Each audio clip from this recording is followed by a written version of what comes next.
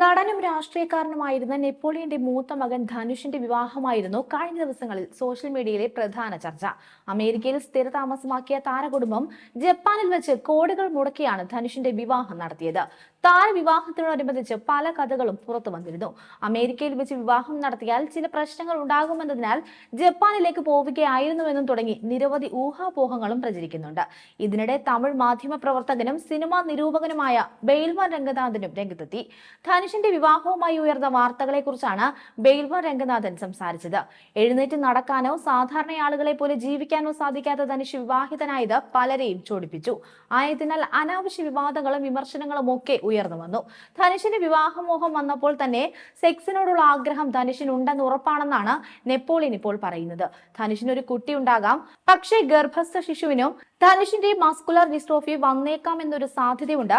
അതുകൊണ്ട് വാടക ഗർഭധാരണത്തിലൂടെ കുഞ്ഞിന് ജന്മം കൊടുത്തേക്കാം എന്ന ഊഹാപോഹങ്ങളാണ് ഉയരുന്നത്. അത് തന്നെയാണ് സാധ്യതയെന്നും ബെയിൽവാൻ രംഗനാഥൻ ചൂണ്ടിക്കാണിക്കുന്നുണ്ട്. കോടികൾ നൽകിയാണ് നെപ്പോളിയൻ മരുമകൾ അക്ഷയെ സ്വീകരിച്ചതെന്നും ബെയിൽവാൻ രംഗനാഥൻ പറയുന്നു.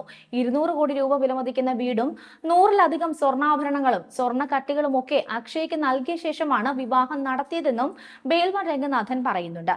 അതേസമയം ധനുഷിന്റെ വിവാഹത്തെക്കുറിച്ച് മുൻപും ബെയിൽവാൻ രംഗനാഥൻ സംസാരിച്ചിട്ടുണ്ട്.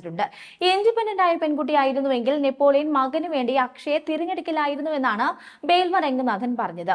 മകന്റെ സന്തോഷത്തിന് വേണ്ടിയാണ് നെപ്പോളിയൻ ജപ്പാനിൽ വിവാഹവേദി ഒരുക്കിയത്.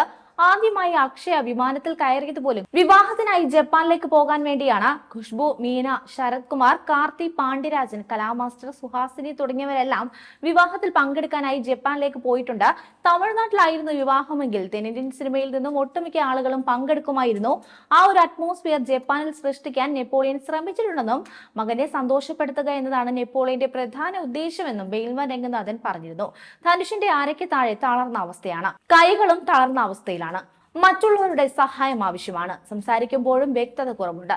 വിവാഹം വേണമെന്നത് ധനുഷിന്റെ കൂടി താല്പര്യമാണെന്നും ഒരുപാട് ബന്ധുക്കളെ ഒന്നും അക്ഷയുടെ കുടുംബം ജപ്പാനിൽ നടന്ന വിവാഹത്തിൽ പങ്കെടുക്കാൻ കൊണ്ടുപോയിരുന്നില്ല എന്നും നല്ല സ്വത്തും പണവുമുള്ള കുടുംബമായിരുന്നു അക്ഷയുടേതെങ്കിൽ മകൾ ധനുഷിനെ വിവാഹം ചെയ്യാൻ അവർ സമ്മതിക്കില്ലായിരുന്നുവെന്നും തന്റെ കുടുംബത്തിനെ ആശ്രയിച്ച് ജീവിക്കാൻ മനസ്സുള്ള പെണ്ണിനെയാണ് നെപ്പോളിയൻ മകനായി കണ്ടെത്തിയതെന്നും ബെയിൽവാൻ രംഗനാഥൻ പറഞ്ഞിരുന്നു.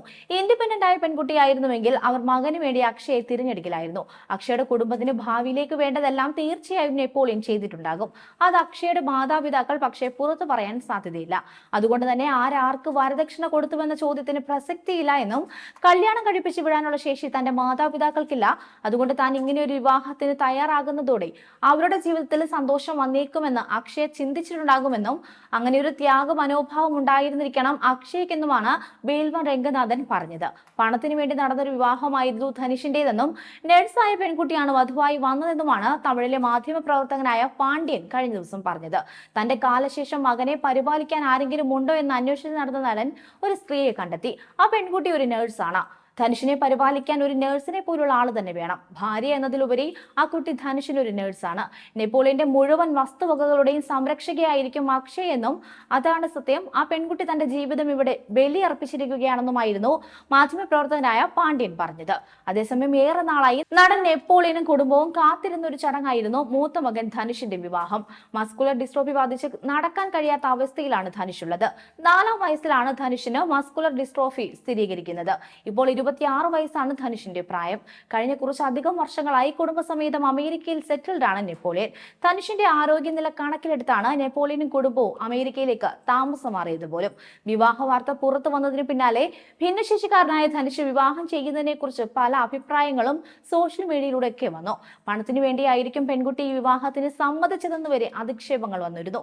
എന്നാൽ ധനുഷും അക്ഷയും വീഡിയോ കോളിലൂടെ പരസ്പരം സംസാരിച്ചതിന് ശേഷമാണ് ഇരുവരുടെയും വിവാഹം നിശ്ചയിക്കുന്നത്. വിവാഹം ഉറപ്പിച്ച ശേഷം എപ്പോഴും മെസ്സേജുകൾ കൈമാറുമായിരുന്നുവെന്നും നന്നായി സംസാരിക്കുന്ന ആളാണ് ധനുഷ് എന്നും അക്ഷയ പറഞ്ഞിരുന്നു. മാത്രമല്ല ഇരുവർക്കും പരസ്പരം മനസ്സിലാക്കാനും സ്നേഹിക്കാനും സാധിച്ചു. അങ്ങനെയാണ് വിവാഹത്തിലേക്ക് എത്തിയതെന്നും അല്ലാതെ പണം മാത്രമല്ല വലുതെന്നും മകളായിട്ടാണ് അക്ഷയ തങ്ങളുടെ വീട്ടിലേക്ക് വരാൻ പോകുന്നത് അവരുടെ വലിയ മനസ്സാണ് ഈ വിവാഹത്തിലേക്ക് എത്തിച്ചതെന്നും അക്ഷയുടെ അച്ഛനും അമ്മയും ധനുഷിന്റെ എല്ലാ കാര്യങ്ങളും അറിഞ്ഞിട്ട് തന്നെയാണ് അവരുടെ മകളെ തങ്ങളുടെ മകന് വേണ്ടി തന്നതെന്നും നെപ്പോളിയൻ മുൻപൊരിക്കൽ പറഞ്ഞിട്ടുണ്ട്. അതേസമയം നടൻ എന്നതിലുപരി കേന്ദ്രമന്ത്രിയായിരുന്ന നെപ്പോളിയൻ അഭിനയവും രാഷ്ട്രീയവും ഒക്കെ ഉപേക്ഷിച്ചിട്ടാണ് അമേരിക്കയിലേക്ക് പോകുന്നത്. മകന്റെ ചികിത്സയ്ക്ക് വേണ്ടി പോയ താരം അവിടെ 300 ഏക്കറിന് മുകളിൽ സ്ഥലം വാങ്ങുകയും ഫാം നടത്തി വരികയും ചെയ്യുന്നുണ്ട്. കോടികൾ മുടക്കി അമേരിക്കയിൽ വീട് നിർമ്മിച്ചിരുന്നു. നെപ്പോളിയന്റെയും ഭാര്യ സുധയുടെയും ഏറ്റവും വലിയ ആഗ്രഹമായിരുന്നു മകന്റെ വിവാഹം. അതിനുവേണ്ടി ഉപവാസവും പ്രാർത്ഥനയും ഒക്കെയായി കഴിയുകയായിരുന്നു. ഒടുവിൽ ആഗ്രഹിച്ചതുപോലെ തന്നെ താരം മകന്റെ വിവാഹം നടത്തി. മകന് പരിമിതികൾ ഉള്ളതിനാൽ താലി കെട്ടിയതൊക്കെ അമ്മ സുധയാണ്. നായകനായും വില്ലനായിട്ടും ഒക്കെ തെന്നിന്ത്യൻ സിനിമയിൽ നിറഞ്ഞു നിന്നിരുന്ന നടനാണ് നെപ്പോളിയൻ. അദ്ദേഹം രാഷ്ട്രീയക്കാരൻ കൂടിയായിരുന്നു. കേന്ദ്രമന്ത്രിയായി സേവനം അനുഷ്ഠിച്ച് ഇപ്പോൾ അദ്ദേഹം BJPയുമായി ചേർന്നിരിക്കുകയാണ്. മുണ്ടയ്ക്കൽ ശേഖരൻ എന്ന ഒരൊറ്റ കഥാപാത്രത്തിലൂടെയാണ് നെപ്പോളിയൻ ദുരൈസ്വാമി മലയാളികളുടെ മനസ്സിൽ ഇടം നേടിയത്. ഭാരതരാജയുടെ സംവിധാനത്തിലൂടെയാണ് നെപ്പോളിയൻ നായകനായി അരങ്ങേറ്റം കുറിച്ചത്. നായകൻ, വില്ലൻ തുടങ്ങി നിരവധി വേഷങ്ങൾ അഭിനയിച്ച അദ്ദേഹം രാഷ്ട്രീയത്തിലും തന്റേതായ വ്യക്തിമുദ്ര പതിപ്പിച്ചു. മുൻപ് കേന്ദ്ര സഹമന്ത്രിയുമായിരുന്നു. ഇപ്പോൾ അഭിനയത്തിൽ നിന്നും വിട്ടുനിൽക്കുകയാണെങ്കിലും സോഷ്യൽ മീഡിയയിലും യൂട്യൂബ് ചാനൽ വഴിയും തന്റെ കുടുംബത്തിന്റെയും വിശേഷങ്ങൾ നെപ്പോളിയൻ ആരാധകരുമായി പങ്കുവയ്ക്കാറുണ്ട്. കൂടുതൽ വാർത്തകൾക്കായി B4 Blaze ഫോളോ ചെയ്യൂ, സബ്സ്ക്രൈബ് ചെയ്യൂ.